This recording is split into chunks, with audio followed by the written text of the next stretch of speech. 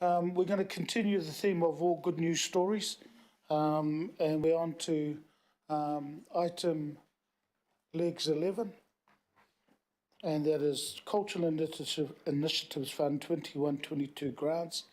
Tēnā koutou, te whānau, and I'll just welcome our whānau here and they will introduce themselves. And again, Councillor Dalton or Matuakake, if you want to move these. Yeah, kapai, if I swap the Matuakake to move and Councillor Dalton to second. And then we'll just go through. Tēnā koe te rangatira Jane, I'll let you to introduce the team. Kia ora nā. O tēnā koutou katoa, tēnā koutou ki te hia mana koutou ko ngā mema o te committee whakarite parae mahi tue hapuri kaupapa. Manawatia a Matariki. Ko Jane Aiken taku ingoa, ko Māori Outcomes Lead Aho, ko tēnā, ko Ani Makia, kai Hatu Marae, ko tēnā Shane Cook, Principal Advisor Māori Housing. So tēnā te mihi kia koutou. We stand here together as a team with our various pōtai on, our various hats on, as Māori Outcomes Lead Marae Advisor and Māori Housing, Principal Advisor Māori Housing. I'll explain our roles and how we'll play this out as we go through, but if it's okay, I'll just lead us straight into this presentation to start with. So we thought it would be helpful, first of all, to acknowledge the huge difference that this fund is making and celebrate what has been achieved and happening in Marae and Papakaianga, just very briefly, knowing you've got a very big agenda. So this first slide recognises the work that Mātātua Marae have achieved over the 2021 period with the grant that you approved last year for them. You can see that their focus has been largely on leaking and substandard infrastructure around their wharepaku, and they've absolutely transformed that with their 123,000 granted last year. Secondly, in the Papakaianga Māori housing space, Papakura Marae, I know this was acknowledged previously because this grant actually came in 1920, but as is the case with Māori housing, and Shane can talk to any questions or detail on this later, it takes several years to come to fruition. So here we're seeing the units well developed, well advanced in their building, with 6 hoping to open in August and the remaining in 2022. And the diagram down the bottom is a concept for Te Mahurihuru Marae, 15 house development, which is due to start construction in 2022, also received funding through the Cultural Initiatives Fund.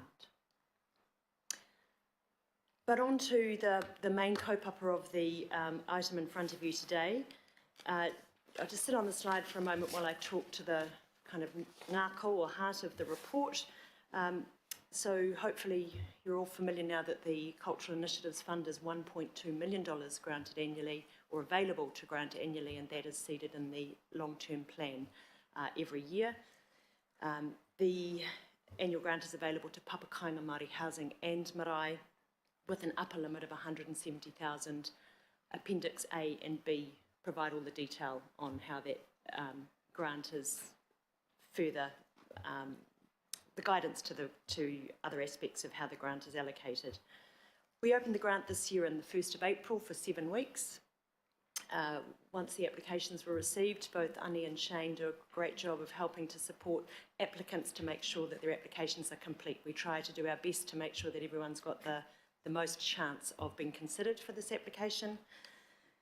And then an independent panel, which is where it comes into our different roles. I don't get involved in the relationship with the marae during that process, and stand independently to sit on the marae panel along with my colleague and newly acting head of Māori Outcomes, Luanne Valentine, and an independent assessor who's a quantity surveyor, also works for Kāinga Ora, so brings a great perspective across the region. So we sit independently to assess all the applications. We had to make some hard recommendations this year, and we then brought those hard recommendations to you all on the 16th of June in the form of a workshop. So hopefully for most of you this is something you've managed to have a think about prior to today. But in summary, we received 16 applications. 11 of those were for marae and 5 were for Papakaianga.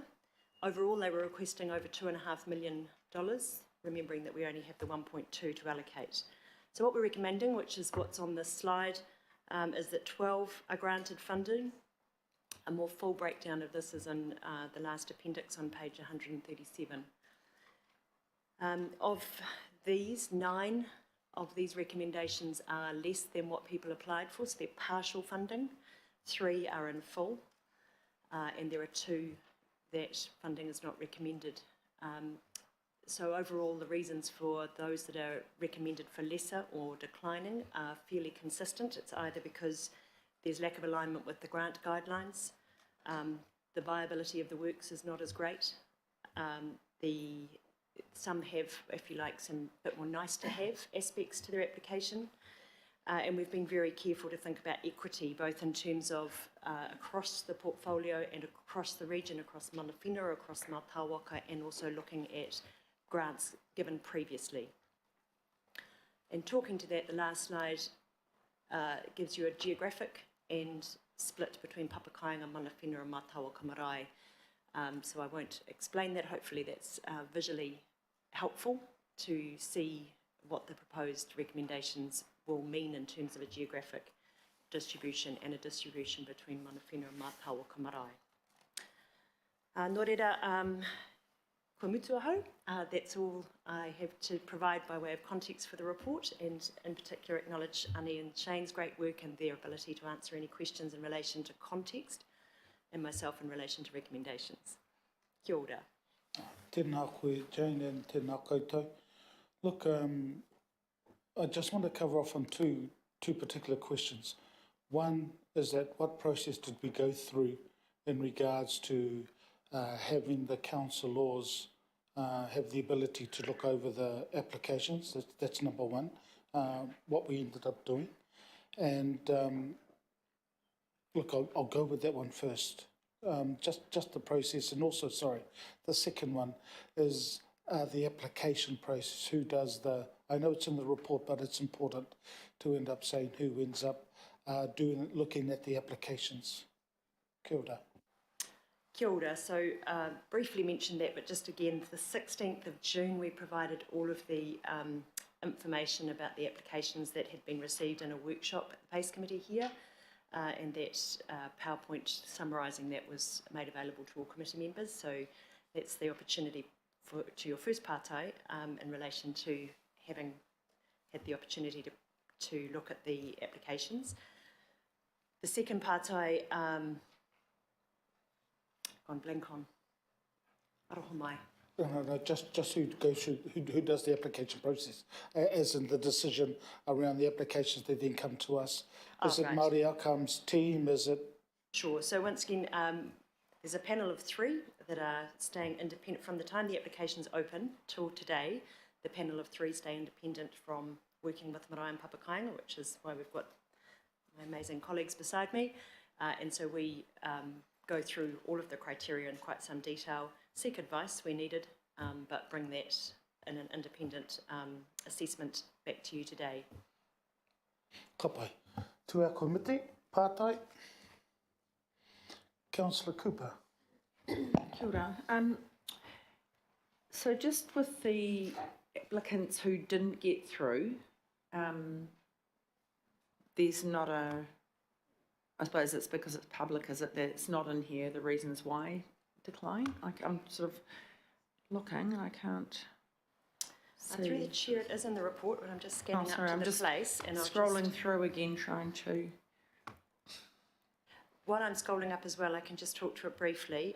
So the 2 applicants that were unsuccessful was the Te Aroha Pā Papakaianga application and the Tahuna Marae application. In the case of the Te Aroha Pā application, they also applied for marae funding, and in their application they made it clear that if there was a pressure on the funding, they would like their marae application considered ahead of their Papakaianga application, so we've followed their lead. In the case of the Tahuna Marae application, the committee was aware that there was a number of gaps in their application in terms of that point I made about viability, the ability to be able to complete the works, and we also are working with them at the moment on Marae Infrastructure Program, and I've just found it on page 104 and 105. Sorry, hang on, I'm trying to go back. Yeah, it was just Pringatahi To Mongarongo, that was the one I was looking. 105. Back here. Okay, I'll talk to you later because I Yeah, can't. ka pai.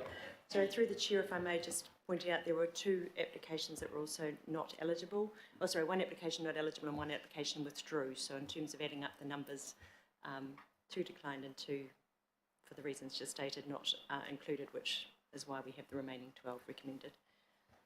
Thank you. Ka pai. If there's no further part, Councillor Bartley, and then I'm going to open up for comments. I don't actually have a question. I'm going to be naughty because I want to say this comment while the staff are at the table. I just want to acknowledge Ane and Makia. She's one of our Tamaki community leaders, well respected, does phenomenal work in our community. So it's awesome to see you here, and the Auckland Council is very lucky to have her. So thank you, Chair, for letting me do that. No? Ka pai, I think. No, she's happy you got the thumbs up, so no, ka pai. If there's no further comments, questions, again, aroha mai, I'm just going to open up for comments, and if we could, yeah. Ka pai, tēnā koutou, thank you so much. Any comments? I'm going to save Matua Kake to close because he has moved the recommendation. But are there any comments? I've only got one to let everybody know that if this gets approved and it's in your hands, I will then, the staff will ensure that the councillor in the ward that the marae is in, that you will be contacting the successful applicants just to sort of let them, but the staff will only give you 2 days. I've said to the staff, give them 2 days. If they don't do it, you fellas do it. So look, they will contact you if that's okay and let you know that, hey, this marae in your ward has been approved the funding, and you can advise them after this is approved. So look, that's really the only comment I have. Are there any others before I get Matua Kake to close this particular item? Ka hore? Okay, Matua Kake, all yours. Ka pai katira I tēnei wā ka huri atu kia e te toko toru, ngā mihi atu kia ko tau mo tō mahi hohonu mo tō mahi hei tautoko ngā marae maha o te motu o Tāmaki Makaurau. Nō reira tēnā koe. Just to think, I would have turned that comment into a question by saying, do you agree? But I have the, I similarly with Jane and Shane actually for the development of our Papakaianga out at Papakura Marae. He's been awesome, Shane, right from the start, and we probably wouldn't be anywhere near opening our Papakaianga on the 30th of August. So that invitation will come out to members of the committee, of the previous committee as well, that approved our putia, our 150K back then. And so as part of our accountability, so if you want to measure outcomes, you invite them to see the actual results as opposed to just writing it in a report. And come and feel the burn, come and feel the humbleness, but also come and celebrate the openings of some of our taonga, big or small, but for us at Papakura Marae, it's really appreciated. And so to the staff, thank you, and appreciate every minute, every hour, every hard yards that you guys put in to not only convince at a local board level, but also at a council level. Now, for Marae, it's quite difficult sometimes to navigate the system. But when you have and I'll call it a plant or a go-to person or a contact within the system, it's so much easier. So like our previous conversation we had today around economic development and having our broker, no different within advancing the interests of marae around Tāmaki Makaurau. Having that point of contact has been really appreciated. So Jane, to you and your team, ngā mihi, tēnā koe. Thank you, Matua Kake. I'm going to put the recommendation. All those in favour? Against? Carried. Ngā mihi kia koutou. So